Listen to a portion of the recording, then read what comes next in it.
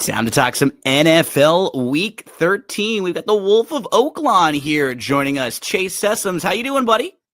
Doing well. Can we talk about the elephant in the room, which is how much that your intro music slaps? Oh, man. That's my buddy, Joey. We were freshman buddies in high school, so we went to play soccer all throughout, and anything I need for like a little intro, a little like soundbite, he gets in his studio. He gets so pumped, and he'll send me like different versions, and anything I'm like thinking, I just send it to him. And I'm like, dude, that's exactly the kind of thing I was hoping for. That was perfect. And yeah, he did a great job at that, right? Oh yeah. Killed it. Absolutely killed it. Love it. So Chase, before we get into talk about NFL Week 13, love listening to your show, Notorious OTB. You now have our good friend, Barry Spears, who joins you as your co-host. You've been doing really good work on there. I mean, a lot of people who are listening to this or watching this video on YouTube, they've heard you on this show many times through the years, but take a minute or so and plug just what you've got going on and where people can hear more of you right now. Well, I want to say for the record that adding Barry as a co-host was quite possibly the best decision I've ever made for that podcast, but it's the Notorious OTB on the Sports Gambling Podcast Network. You can find it wherever you download your podcast. And if you're a horse player, the show is for you. We put out a new episode Wednesday, Thursday, and Friday, taking a look at Friday and Saturday racing all across the country. On this podcast, we're going to talk about NFL Week 13. We're recording a little early in the week, so we may not have all of the injury information yet up to date. It's only Tuesday. A lot of times that stuff comes out on Wednesday for some of these. But remember, because it's Thanksgiving week, we have 3 Thursday Thanksgiving games. We also have the Black Friday game this week too. So it's the time of the year, Chase, when families start really splitting, and we get the divorces starting to come, the separations, because there's football like 4-5 different days of the week now. It's just so hard to make the excuses. Oh, babe, it's a football game. I know there's no football on Tuesdays or Wednesdays. It's not really the case when the holidays hit, because it's like, yeah, there'll be Christmas, sometimes Christmas Eve. Now we get Black Friday in the mix too. It's just football all over. Fortunately, my wife has become accustomed to me cruising the streets looking for some action during the middle of the early week, so, right? She's used to it. Yeah. So I love this time of year because, for one, the action, but for two, I mean, the games just get more and more consequential as you go through it, and it always leads to pretty good competitive games. So we'll take a quick look at each of the games for Week 13 coming up right now, and we're looking at the betting odds over on Bet Online. So the first game we're going to look at is the Thursday morning game on Thanksgiving. We always see the Lions, and isn't it amazing how the perspective has shifted now? I mean, most years growing up for guys like you and me, part of the Thanksgiving tradition was watching the Lions just get their butts kicked and become a laughing stock. And it was one of the few times that everybody would see the Lions nationally, because they weren't really good, so they wouldn't have a ton of national TV games over and over. And now they are the favorites to win the Super Bowl this year. And I can't even remember a team that did it in such like the right way of completely turning the organization around from being really bad, but they went out and just got this coach that they wanted to embody. And everything, like their team just represents everything about their coach. And you see it. He gives these great locker room speeches. Last week kind of felt like a flat spot game for them. And they still win 24-6 in a game where it's kind of like a sleepy spot coming after a game where they scored 650 plus points. They're fun, man. And I think because they haven't been the Patriots or the Chiefs, they have a good Q rating right now too, right? People want to see the Lions do well and are fine with seeing the Lions just kick the crap out of teams. And they feel like the head and shoulders team to beat in the NFC. On the flip side, you got this Bears team. They've been pretty unlucky as of late. They were 4-2. They had won 3 in a row. They had won 3 straight games by 19, or a couple straight games by 19 plus points, and they're feeling really good. Then they have the bye, or they have the Hail Mary loss to Washington and a 5-game losing streak. A couple tough losses too, 3 of them by 3 points or less. So talk to us about this game. Do you like any side here? Anything jump out to you in the first Thanksgiving game? Detroit's leading the league in points per game. And if you look at the average points per game between Chicago and Detroit, then you think Detroit covers this. I mean, this number is huge, and it's a short week, and I tend to think these is. midweek games are a little bit more low scoring, lacking It's a little offense. sloppier, right? Because the offenses aren't as smooth. You don't really have the game plan quite as installed. Your routine's a little different on the short week. I agree with you. It just feels a little big. Yeah, so I mean, and the short week makes the 10 seem even bigger to me, and I'm going to take the flyer on the Bears, even though they're struggling against the huge number, just because of the short week. Yeah, I completely agree. I think the Bears are the right side. And if you look at Caleb, so they've made a couple adjustments. I think it was 2 weeks ago when they had they changed the play caller, and so their offense has been a little bit different. We've seen the last 2 weeks Caleb have 9 carries and 6 carries. That's the most and the third most he's had all year. 70 yards rushing and 33 yards rushing. I already bet his over 31.5 yards rushing. I think kind of like what we're saying, it's a short week. So if the offenses aren't as smooth and there's maybe 1 or 2 extra times that he just tucks it and runs and says, you know what, that's what we're seeing him do more, which he did at USC a little bit more. Like, I know I can get to this spot. I know I can get 5 or 7 yards here. And these are kind of like intangible things, but it's a big game against a good team on Thanksgiving. Maybe he gets a little up trying to make a couple extra plays himself. Detroit's defense is good. They could even be down, but they're a 10-point dog. They could be down in the game and having to come back and him just having to get some garbage time, extra yards there. Honestly, at 31, that a guy like a Caleb Williams could get that on one play. True. Like a rushing prop. So yeah, I'm with you. I would be Bears side here especially at the double digits. I also played Caleb over 31.5 yards rushing. I mean, the Lions, fantastic football team. We're going to have a Packers-Dolphins game that might mean a little bit more as the third game. But honestly, the main event of Thanksgiving has got to be Cooper Rush versus Tommy DeVito. Tommy Cutlets. Baker Mayfield just rubbing it in his face after they're just beating the crap out of them. And then Baker's doing the DeVito. That was fantastic. But yeah, this one is tough. My notes for this game were just like, stay away, because I don't know what to expect. I was really impressed with Dallas last week. They looked a lot better. They beat Washington, and I was not expecting that kind of performance from Dallas because they had looked so lifeless recently. I don't know if Dallas should be favored by more than a field goal over anybody right now, but I just don't know what to expect from Tommy DeVito. At least as long as we get a few shots of the agent and the DeVito family, I'll be good. What about this game? Middle game on Thanksgiving. You kind of hit it right on the head with what I'm thinking, which is this is a don't touch for me, because I don't really want to play that game of like who plays better between Cooper Rush and Tommy DeVito. You can you could see Cooper Rush, coming back to earth after last week. You could also see Tommy DeVito, doing pretty well after last week, kind of a bounce back, positive regression type thing. He had some moments last year. He did. He had some moments where it's like you're not expecting as much. So he makes a couple plays. He picks up a few extra first downs, right? Dallas hasn't been good, and Dallas has been bad at home in particular, right? They've shown some of those stats of Dallas recently where I think it's been 6 straight games where they've been down by at least 20 points at home. Even against teams that weren't fantastic. So you and I are doing the Grinch song. I don't want to touch this with a 39.5-foot pole.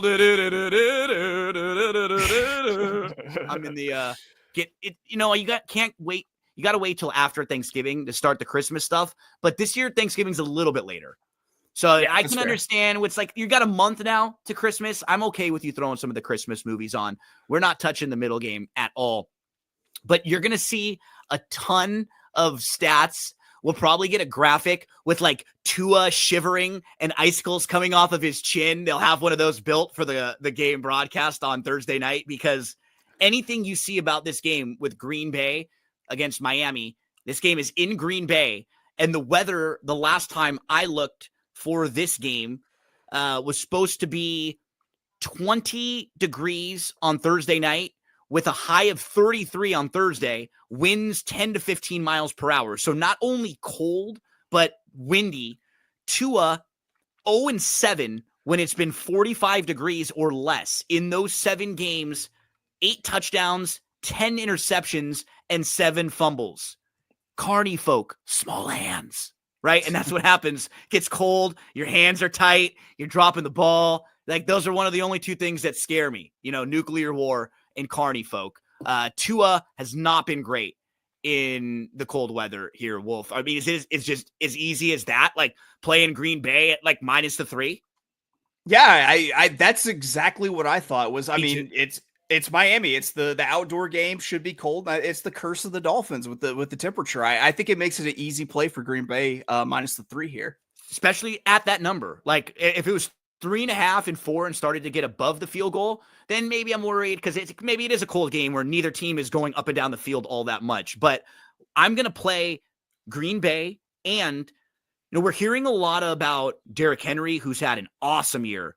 Barkley, amazing year. Like he's kind of jumping up into like MVP discussions, but a guy who's been really good and kind of flying under the radar, Jacobs.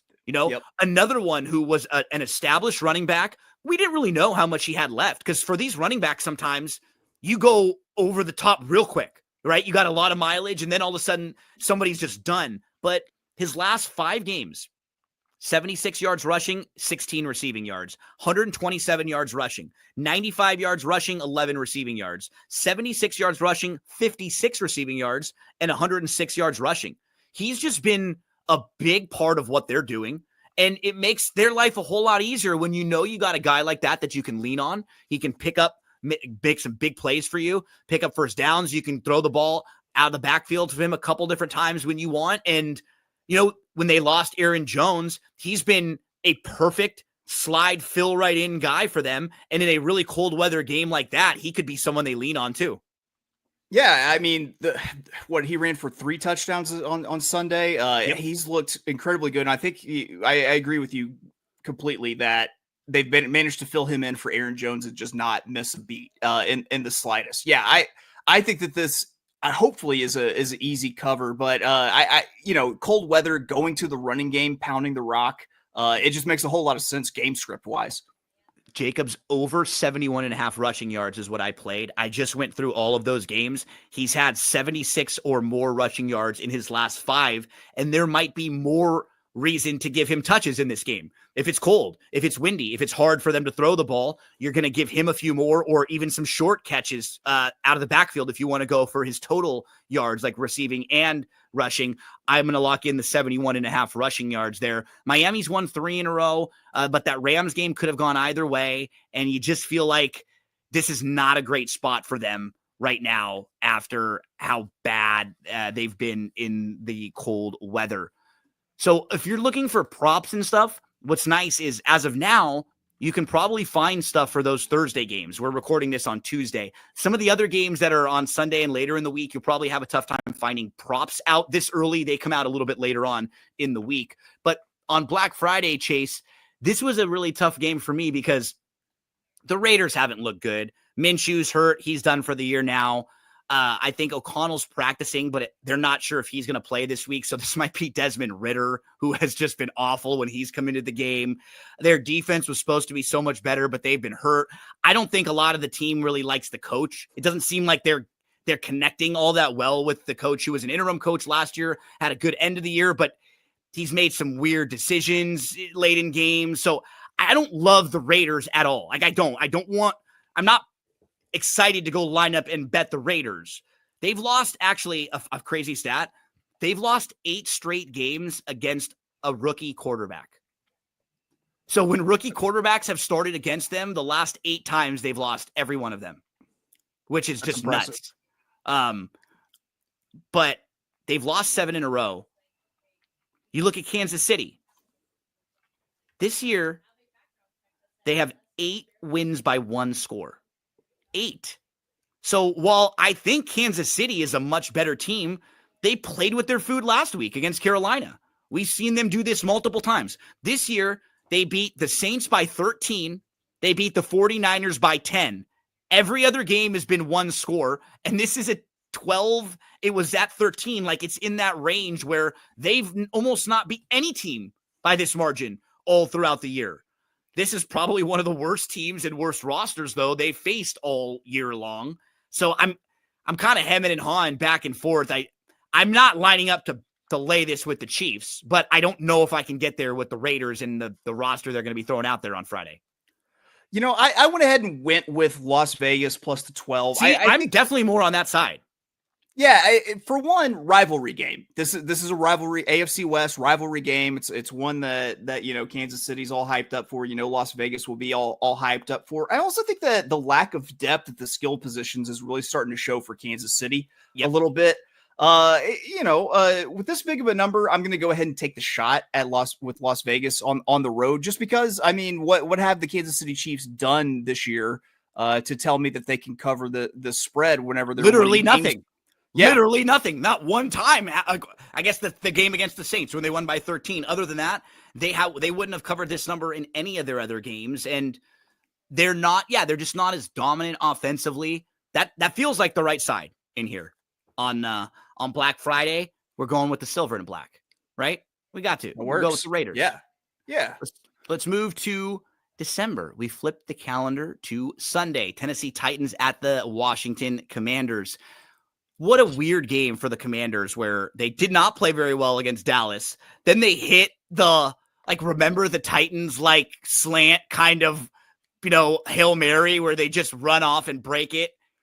And then they miss the extra point, which is just a crazy roller coaster if you were a fan of theirs, because we were done. And then we're definitely coming back. Because then at that moment you feel like, wow, this is the second Hail Mary we've had this year almost. That second Hail Mary kind of play, right? They won that game against the Bears. Then you start thinking maybe we're a team that this is kind of one of those special years where we're meant to have a good year. And then they miss the extra point. I don't know who this team is anymore, Chase. Now they've lost 3 in a row. Their recent wins, one of them was the Hail Mary. They lost to Pitt and Philly. That's fine. But then against Dallas, starting Cooper Rush, they hadn't been able to run the ball at all. And they ran the ball against Washington late. Dallas had won the time of possession by over 10 minutes in that game. And Daniels hasn't really looked the same since he got hurt. I think it was week, 5 or 6 around then. Their offense hasn't been the same. This was an offense for a couple of weeks that just wasn't punting. They were scoring every time they got the ball. I don't know what to expect from them. Now, I do know to expect at least one dumbass Will Levis play a game from the Titans, one play that you or I would make when we're out playing flag football as somebody's pushing us down and they're no, Chase, don't throw that. No, I got it. And you you throw it behind your back with some mayo still on the ball or whatever. But I don't know what to do here, because the Titans, despite how bad Levis will be at moments, they do have a really good defense. And they've been pretty competitive in a lot of games this year, despite those big mistakes. So I'm not really high on laying the number with Washington in here. I feel like I would more be on the Titans spot or a stay away. Do you have an opinion?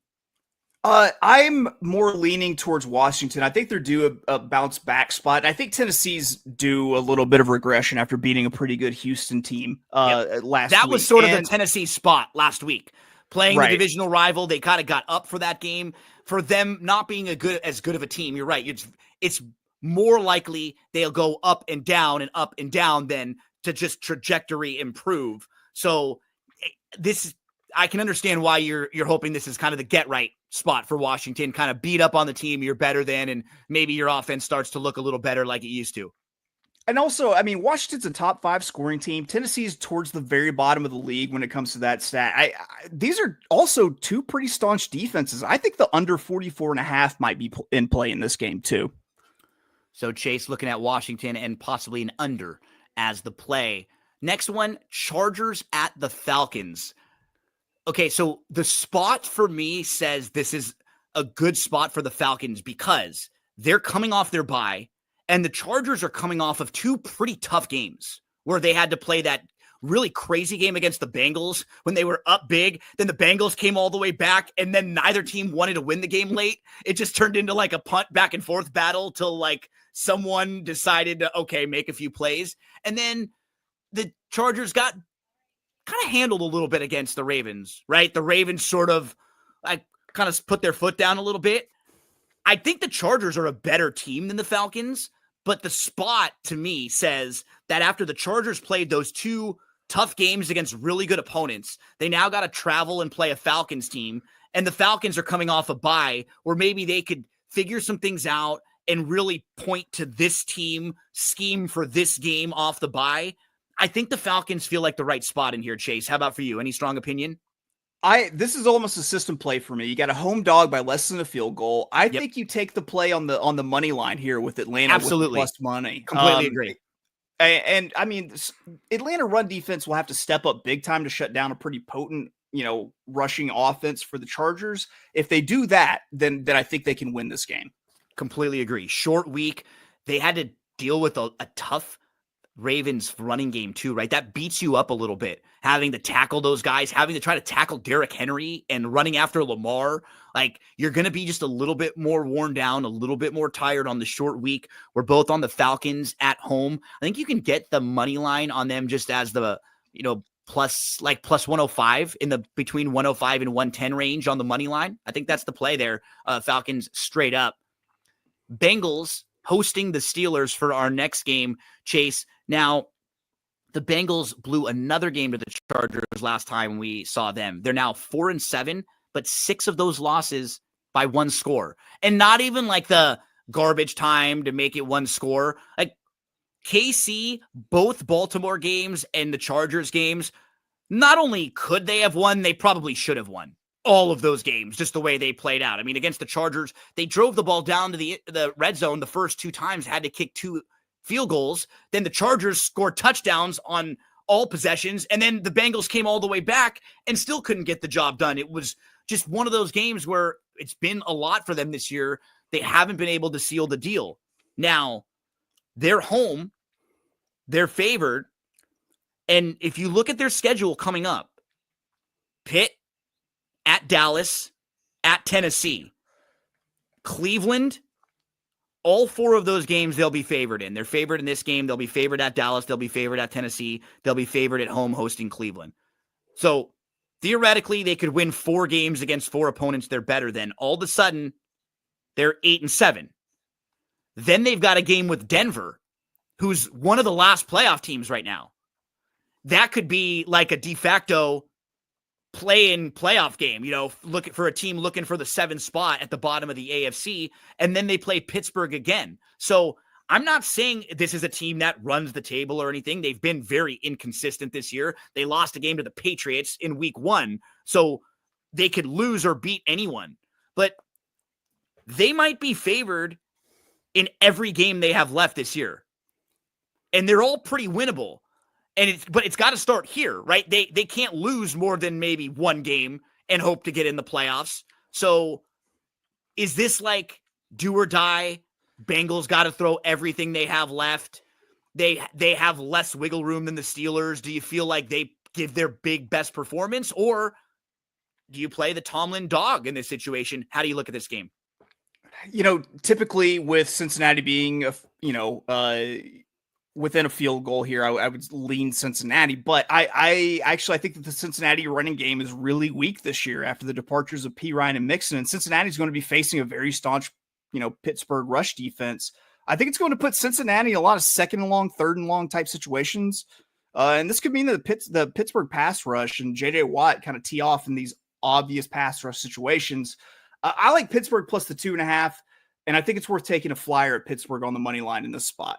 To get a couple extra days. Also, they played that Thursday snow game against the Browns, a game that the Browns got really up for with all the craziness happening there. So, and with Wilson, they maybe aren't as consistent on the down to down, but their ceiling is higher. So if they do need to kind of score a little bit with Cincinnati, Wilson gives them that option to move up and down the field a little bit more and take some deep shots down the field. Yeah, I'm kind of back and forth. Pittsburgh, I trust more.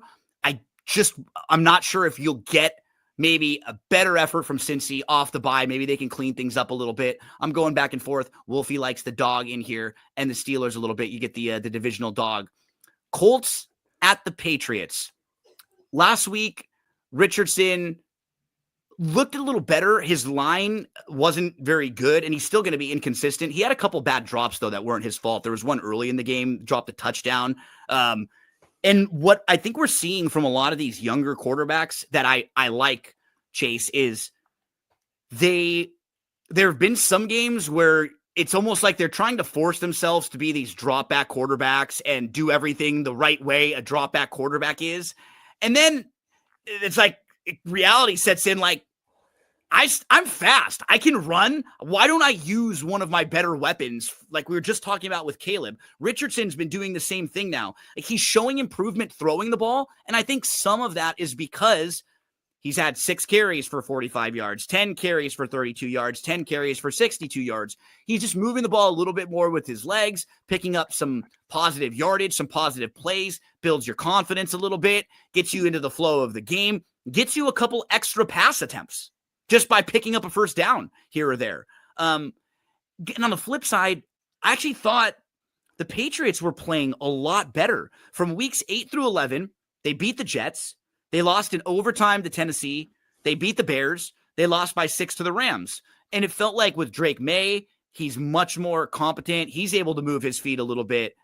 And then I was really disappointed. They got crushed by the Dolphins. They only had 14 first downs on 12 drives. I just wanted to see a little bit more from them. This would be Uncle Rico saying, who is Anthony Richardson to be favored by 3 on the road over anybody right now? But coming off that performance last week from the Patriots, I had a hard time getting to them as the home dog. This is another one where I don't really have a strong opinion one way or the other, back and forth. Maybe I would look for some of the Richardson rushing prop totals, like I was saying, just because he's taking off a little bit more, and I think that's helpful for them. How about you, Chase? What do you think about this one? This one was a don't touch for me. The inconsistency of play for the Anthony Richardson. Then you don't know what you're really going to get with Drake May. I couldn't. I'm like you. I couldn't really get to either side on this. I figured it just might be a game to watch and enjoy as opposed to bet. Richardson to me is one that I like to play as a dog. I don't like playing as for him to cover with any type of margin, because it's too many mistakes, too many possibilities for an interception here or there. But when you're down by 10 and you need him to get a garbage time late touchdown, he can make big throws. He can run through tackles. Like, he's a good guy to have in that spot, just not as a favorite for me on the road playing the Patriots here. It looks like Lawrence could be playing this week. He's practicing for the Jags. They're a 5-point home dog.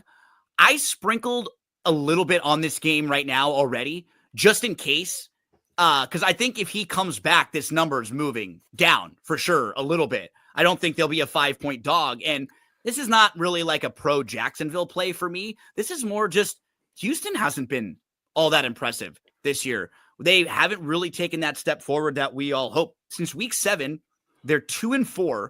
Their wins were against the Colts and against the Cowboys with Cooper Rush, the Texans. So I just sprinkled a little bit on this right now because I felt like if we get a for sure that Lawrence is going to play, this number goes down to like Houston -2.5, something in that lane. And I'm already going to get just better. I don't think it's going to go up really, because this is probably what it would be if it's not Lawrence. So yeah, I just haven't been all that impressed with Houston. You got a divisional game. This is one of the games that the Jags would love to get up for and kind of spoil a game for a divisional rival, and I think they're probably the right spot in here. And if Lawrence isn't playing, I probably will just stay away from him. But with Lawrence, I think we could get some of that built-in value in the number to probably move in the right direction. So how about for you in this one, Chase?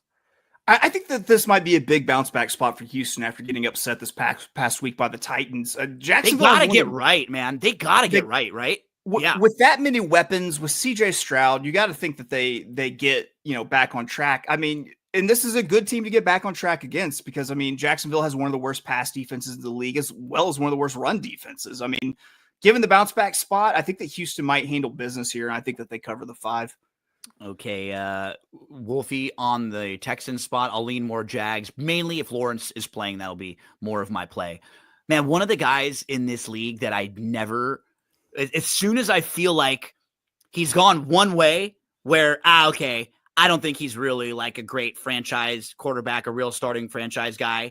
And then he'll rattle off 2 or 3 games where he's unstoppable. He's running. He's making incredible throws. He's scrambling. He's doing the thing that my buddy Jason used to do in flag football, where he scrambles and then he turns around and he scrambles backwards. And then he turns around and he scrambles backwards again. He's like 25 yards behind the line of scrimmage and he throws a bomb down the field. I'm talking about Kyler Murray. And then he goes the other way. Like, as soon as I'm thinking, this team is pretty good. You know, they're 6-4. They won 4 in a row heading into the bye. They're leading their division. They just laid an absolute egg against Seattle. And it's not even that they lost to Seattle.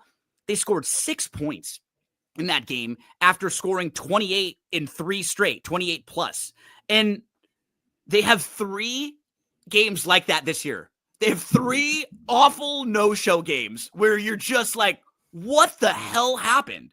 When they got crushed by Washington 42-14, and they got crushed by Green Bay 34-13. And you're like, what the hell? You're watching those games, they do nothing. And then every time they've bounced back following those bad games and had a string of 1 or 2 games where they played really well. And the Vikings recently, they've been in only close games. Every week, it seems like they're kind of playing down to their opponent, but they're figuring it out. The Vikings are 9-2, but 6 of their last 8 games have been decided by 1 score. I think at over 3, I would lean Arizona, just at over the field goal. I could see this being a close game back and forth. Arizona and Kyler kind of having the bounce back. I could see him running a little bit more in this game if the Vikings defense is kind of coming after him and he needs to move a little bit more with his legs. I would say close game, Vikings win, but I'd play Arizona at over the 3 here. But that's kind of just how I'm mapping the game out. What do you think about this one? I feel like you can never count out the Kyler magic. Right? I'm never quite sure what I'm going to get with the Cardinals. I do know that Kyler might do something spectacular. I do know what I'm getting out of the Minnesota defense. I'm getting losing coverages, a lot of blitzes. I think this is a don't touch because I can't count Arizona out no matter how stifling that Brian Flores defense might be. So I thought that this one was probably one that I'm better off watching. Yeah. Arizona, Minnesota, I lean more Arizona. Chase, more of a stay away for him. Seattle, they come off that big win last week. So now they have jumped to the top of the division, and it's a really tight NFC West. This is one of those sneaky, really dirty games, though, because Seattle looked really good last week. Their defense has been playing better, and nobody in the entire world wants to play the Jets. Everything coming out of the Jets locker room, anything you're hearing about the Jets is like, Aaron Rodgers won't get medical help. Aaron Rodgers doesn't listen to a doctor. Like, Aaron Rodgers is hurt. They're going to cut Aaron Rodgers. One executive's trying to convince the other one to release him. You know, all this stuff. This would be one of those dumb FU bounce back. Aaron Rodgers has a good game when nobody's expecting it.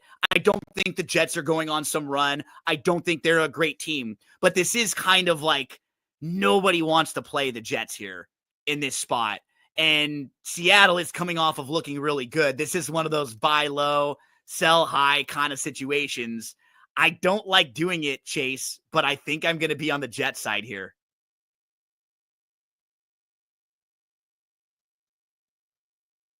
Oh, you there, Wolfie? I think we might have. I'm back. There we go. Gotcha.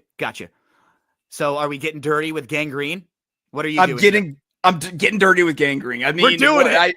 I talked about it earlier. System play plus 2.5 at home within a field goal. I'm taking the New York Jets on the money line. Even though I despise Aaron Rodgers. Me too. And everything about him. Everything. But it just, Seattle got the big divisional win. They got another big divisional game coming up next week. This is like the sleepy spot in between. You got to travel all the way across the country for this game that nobody wants to play. There might be this weird Geno Smith, like him a little bit too much with the Jets, like him maybe trying to do too much going back over there. Like, there's a lot of weird things at play. I think the right spot is the one we're both on here with the Jets plus the 2.5. Yeah, if you want to play the Jets in the game, you can also get plus the 110 on them to win this one straight up. Wolfie, we are both on the same side there. We move to Tampa, Carolina. You've got a Tampa team that, you look at their upcoming schedule. They play at Carolina, the Raiders, at the Chargers. That could be a tough game. Then at the Cowboys, Carolina, and the Saints. So they got 2 Carolina games left, a Raiders, a Cowboys, and a Saints. They're 5-6 right now. Can they get to 9 or 10 wins? They might be able to get 4 or 5 victories out of those 6 games they have remaining. Got to start right here, though, for them. And the reason why we're even talking about them as a team that maybe could make a little run, keep in mind, Atlanta hasn't been all that impressive lately. So if they just needed to flip a couple games on Atlanta, that could be possible. Baker's been good. He's graded quarterback number 7 on the year by Pro Football Focus. Like this is one of the better versions of Baker Mayfield. And I do think when you see guys like Baker and Sam Darnold and Geno Smith, guys who have had careers that have been sort of roller coasters and up and down, you do got to remember that they're not like random backup guys that were thrown in. Like these guys were high draft picks for a reason. Maybe they haven't been able to put it all together, but you're always going to see glimpses of stuff from those guys because they're good. Like Sam will make some awesome throws, and then he'll make a crazy bad decision. Geno has an incredible arm down the field. And then you watch Baker, and when he's on and his precision, and you see, like, yeah, Baker could be a top 10 quarterback. Like, he was drafted for that reason. He was that accurate and that good, and team likes him. They rally around him. Carolina, I want to give them credit because we crapped on them a lot early in the year, but over the last 2 games, Bryce Young, he's graded as quarterback 8. And he's played way better, just moving around, looking a lot more like Alabama, Bryce Young. And one of those games was against a good Kansas City defense last week. Wasn't like he did it against a really, really bad team. So, yeah, I think both of these teams are kind of moving in a positive direction. I'm just not sure with Tampa being favored by 6 on the road. That seems like a lot for them. How did you map this game out? I mean, Tampa Bay has one of the best offenses in the league. That's the key, though, right? They can score a lot. So that this may have been like a 4 with a different type of team, like Tampa's, like comparable to Tampa, but they've got a better offense. So it might just be a little bit bigger because of that, right? So easy for them to score. Yeah, I mean, they're also getting healthy at the wide receiver position. We got Mike Evans back, and I think that causes all sorts of trouble for the Panthers. And like you mentioned, Bryce Young's played really well since returning the starting role. But I think he comes back to earth here. So I'm taking Tampa Bay minus the 6 with what I think is going to be a surging Tampa Bay team that's probably, going to make a run at winning the NFC South because they're entering just the easiest part of their schedule. If you like Tampa here, that's one of those situations where you got to sprinkle a little bit on them to win the division right now. Because I have a friend who told me like last week to get on Tampa Bay to win the division. Exactly, because just look at their schedule and the way that they're getting healthier. And, they've been a proven team the last couple of years. They've been in some big games. They won a playoff game last year. Tampa at Carolina. I might sprinkle a little on the over also. Because like we're saying, if Carolina's able to score a couple times in this game, because Bryce is just looking a little bit better, and I think Tampa will be able to score pretty much at will as much as they would like here. It's at 46.5. I could see this being like a 30-20 type game, where Tampa wins by 10. We get a late score, it's 30-14, and we get a garbage time late score from the Panthers. So I'm going to probably sprinkle a little bit on the over, which is 46.5 as well. Let's keep rolling on Sunday. We've got 2 more from the Sunday day slate, then Sunday night and Monday night to get to. The Rammies are a 3-point favorite on the road playing the Saints here. The Rams haven't played as well as I would hope once they've gotten healthier the last few weeks. They've not really progressed once they've got a lot of their guys back. And we've got for the Saints, they're coming off the bye, Coach Clogger, who's looked really good since clogging the toilets once he took over as the interim head coach there. And they've kind of quietly played pretty well, beating Atlanta and beating Cleveland. And I'm not telling you to go bet them to make the playoffs or anything, but they've got a couple winnable games coming up here. Like the Saints have this game that they could probably win. And then 2 more in a row, like they could get themselves back to 7-7 kind of quickly. And we just remember their ceiling is really high. You're a Saints fan. Their start to the year when they were healthy, when they had their offensive line intact, when they had their receivers and their quarterback and everything together, they looked like one of the best teams in the league. And the problem was quickly they had tons of injuries that they just could not get through. And they sort of looked like that team coming into the year where they weren't as deep. And if their guys all played up to their level, they could be really good. And they were. And then once they got hurt, they just didn't have the depth to fill back in. But they're getting a little bit healthier right now, too. They brought in Valdez-Scantling, who just gives a field stretcher also for Carr. And he's pretty good at just the deep shots this year. He's been really good earlier in the year, too, with Shaheed before he got hurt. Right. I think this is the Saints spot, right? More than the Rams for me. The Rams haven't been as good on the road either. How about for you, Chase? What do you think about this game? I think if you look at the matchup stats, you have two very comparably ranked teams in rushing offense and passing offense. And the Saints have the advantage of dome sweet dome here. I think that New Orleans is on a run since they went to the Coach Clogger, as you call them. Given the fact that the Saints are home, I'm going to take them +3, even with a healthy Cooper Kupp and Puka Nacua. Yeah, I think the Saints feel like 3. I'm in on the Saints, especially if it were like 3.5. But 3 is the buy-in point, and I don't think it's going to go more. So if you like the 3, you probably want to get it right now because it could go down to 2.5 and 2. I wouldn't like it as much there. I'd sprinkle a little more on the money line in that sense. But at 3, that's nice right here if you can get that playing the Saints. Eagles at the Ravens, really good game for Sunday. One of the Sunday marquee games here. So you got the Ravens who just beat up the Chargers. And man, when they're playing at their peak, they really look as good as anyone. And offensively, when they've got Henry and Lamar rolling, and then Andrews is kind of like he's back after we found him from the milk carton. Somebody saw him on the milk carton, found Andrews. He's back now. I do think the Eagles, I think it's a good matchup. Like these teams match up well with each other because what the Eagles do, they have a good defense. They can also run the ball. And they might be able to slow the Ravens down a little bit. The Ravens, their defense is bad in the secondary. So most teams that can kind of run the ball don't also have the weapons to go attack the Ravens down the field. But the Eagles kind of do. Like I think they have a really good template, Chase, to make this a very competitive matchup. Run the ball, slow down the Ravens with the defense, have weapons that can make a big play or two down the field against a weak Ravens secondary. You have the Ravens coming off of a short week now where they just played on Monday night, and the Eagles just a little bit extra as far as the rest is concerned. What do you think about this game? So Baltimore's number 1 in opponents' yards per rush and second in opponents' rush yards per game. Philadelphia is also a top 10 in both of those categories also. I think you might see the ball thrown in this game quite a bit. And the Philly pass defense is much better than the Baltimore pass D. I think if this turns into a throwing competition, that Philadelphia has a great chance to cover.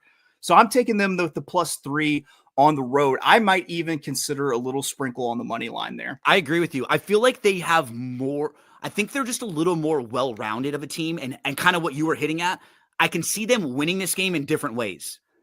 A little more through the air. Their defense could slow the Ravens down a little bit more. They could be the one running the ball. Like Jalen Hurts could do a little Lamar impersonation here and there, right? He could pick up some first downs here and there. Like these teams do kind of mirror each other, but I think the Eagles might have a little more well-rounded and maybe like a higher ceiling in a few spots than the Ravens too. So yeah, we're both on the Philly side here at +3. Also going to sprinkle a little money line on the Eagles. And you look now, and the one thing for Detroit, it's kind of scary. They've been playing so well and beating the crap out of so many teams, and it feels like they're head and shoulders above everybody else. But then they look up, and like the Eagles and the Vikings are right behind them. They're right behind them. You know, they slip up and have one bad game, and they're battling it out for the 1 seed with one of these teams. And the Eagles quietly right back there again after beating up the Rams last time we saw them. So one of the better games of the week, Eagles at the Ravens. Chase, let's move to Sunday Night Football for the 49ers. Last couple years, one of the best teams in the league. Always felt like a real legitimate Super Bowl threat, and they would get there in the playoffs, but not be able to put it all together. And you get worried about teams like that because it's just not going to sustain forever. You're not always going to get yourself back in that. You got to take advantage one or two of the times you get there and win it. Win it when you're there once or twice. And now we've seen with this 49ers team, it's just been one of those years from hell. Everybody's been hurt from the very beginning, McCaffrey, and they just haven't been able to have any games with all their playmakers. Then kind of out of nowhere last week, Purdy doesn't play.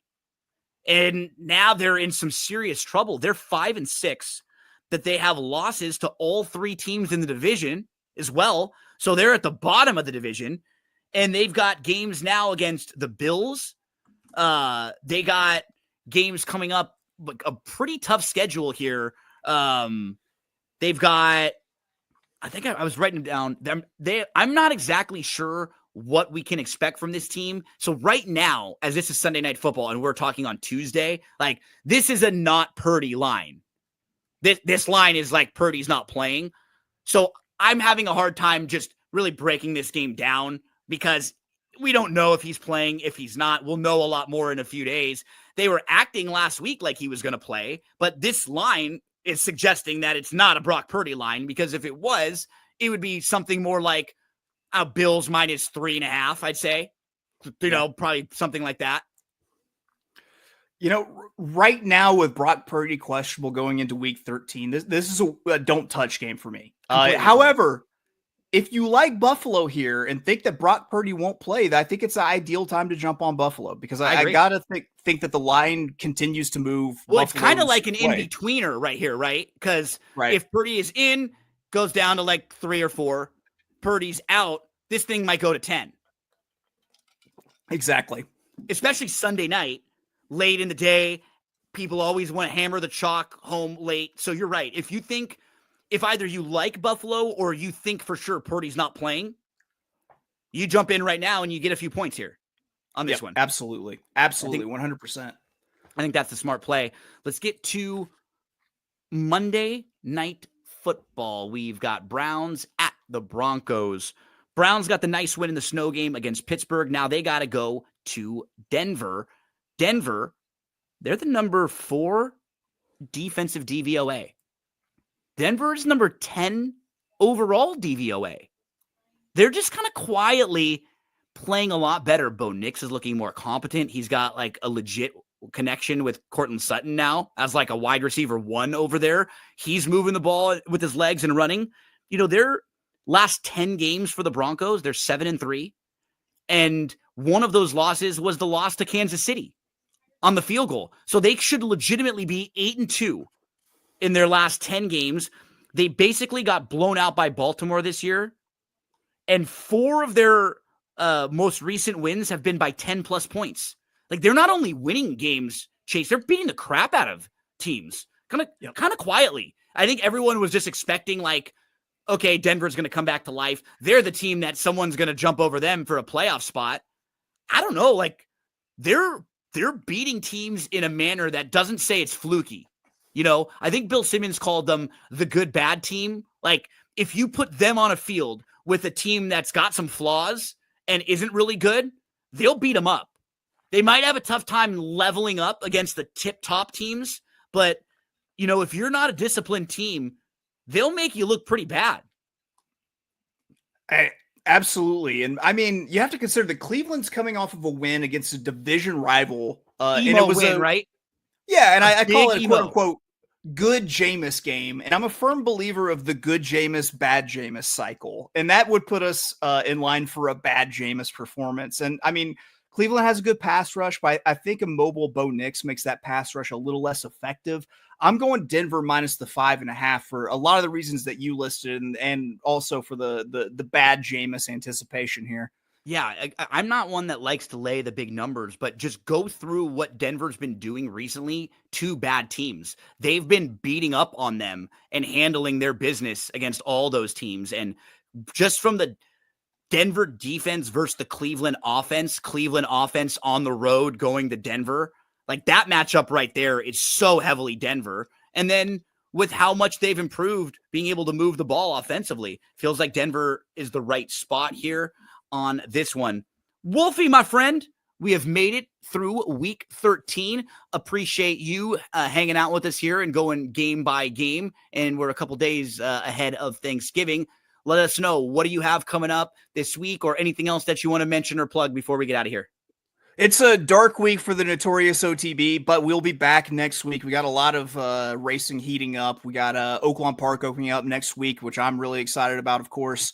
And so check out the notorious OTB. And of course, every Monday night, I'm usually with my buddy XFL Jim doing another edition of the Gymnasium, which you can find on YouTube and Twitch. Love that. And as he was talking about great racing, don't forget, folks, right now, take advantage of that Black Friday sale that's happening at drf.com. Shop.drf.com. That'll take you right to the DRF shop.